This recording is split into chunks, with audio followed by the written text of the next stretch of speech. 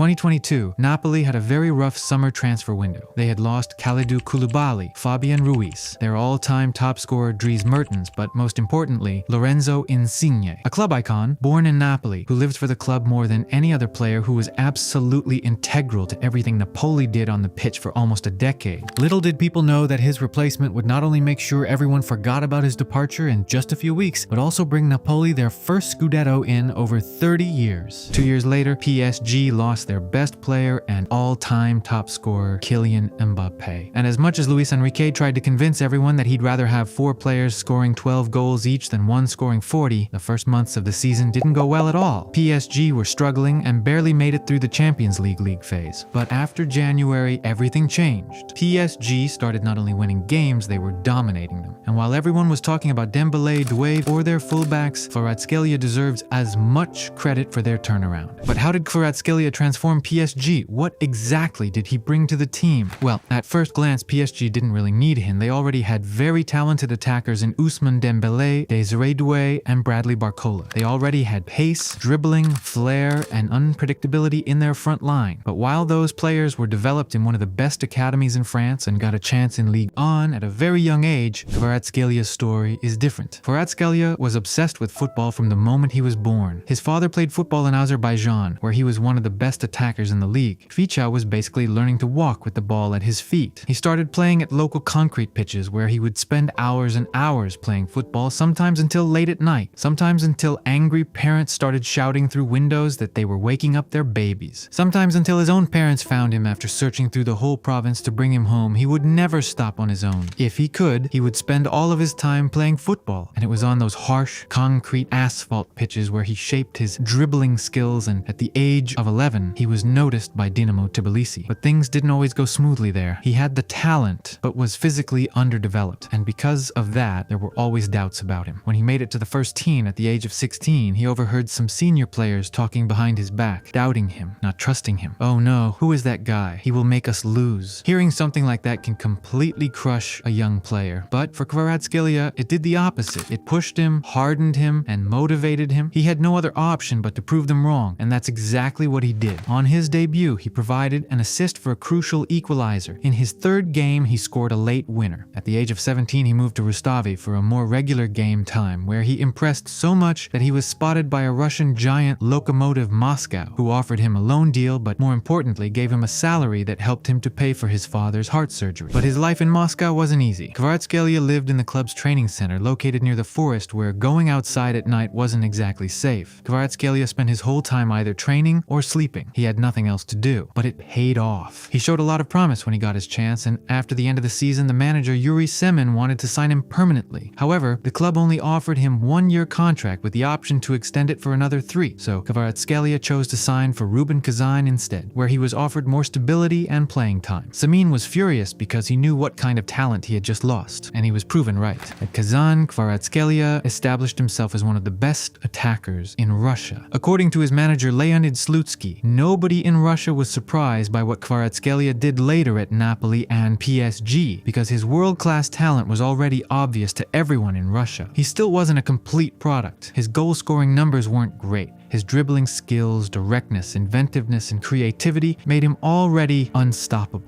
The only thing that was still stopping him in front of the goal was himself. He was always focusing on scoring the most spectacular goals. Slutsky often had to remind him that the ugly goals count too. But he was always willing to listen and learn. He worked hard, always gave his best, and was desperate to improve. After the Russian invasion of Ukraine, he briefly moved back to Georgia, where at Dinamo Batumi, he finally showed signs of improved end product. He scored 8 goals in 11 games. He joined Napoli in 2022, where he was brought in to replace Lorenzo Insigne. But in his very first season, he did something that Insigne, Mertens, Hamšík, Higuaín, Cavani, Lavezzi, or anyone since Diego Maradona wasn't able to do. He won Napoli the Scudetto, and he didn't just win, he was their most decisive player alongside Victor Osimhen. He didn't impact games just by causing chaos with his dribbling. He was scoring goals, providing assists like never before. Playing with better players in a better team has unlocked a new version of him. Napoli dominated in most games and were able to find find Kvaratskhelia in dangerous positions more often. On the left side, he has built a great relationship with Piotr Zielinski and Mario Rui. He also had a world-class striker in Victor Osimhen who could convert his chances into assists, but he didn't improve just on the ball. Playing in Italy has also made him improve tactically, especially defensively. Kvaratskhelia was always a hard-working player. He always tracked back, but he was not very good at it. Under managers like Spalletti and Conte, he got much better at pressing, tracking back to help his fullback, but also making himself available in transition once his team wins the ball back. And once he joined PSG, he was ready to take them to the next level. PSG already had Dembele's two-footed electricity, Barcola's disguise and acceleration, Doué's youthful courage, but Kvaratskhelia added something more. He added a bit of concrete pitch from his hometown. He added a bit of Lokomotiv's training center in the forest. He added a bit of those years struggling against physically stronger opponents. All of those things have shaped him, made him what he is today, and he went through all of that before the age of 21. It made him harder, more ruthless, more determined to win. When he has the ball, sure, he enjoys it, he likes to dribble, he likes to try new skills, he likes to entertain, but underneath all of that, there is something else. Urgency. He knows he has to score, he knows he has to win, because if he doesn't, he won't make it to the Dinamo Tbilisi first team, the senior players won't trust him, he won't get an offer from Russia, he won't get money to pay for his father's surgery. If he doesn't prove his doubters wrong, there will be consequences. Now at PSG, his objectives are a bit different, but the hunger and determination is still the same. When he has the ball, it feels like every attack will end in a goal. He will create a shooting opportunity for himself out of nowhere. He will drive past 3 players and provide a killer pass to his teammate. Either way, it's going to be a goal. It's inevitable, because for him, there is no other option.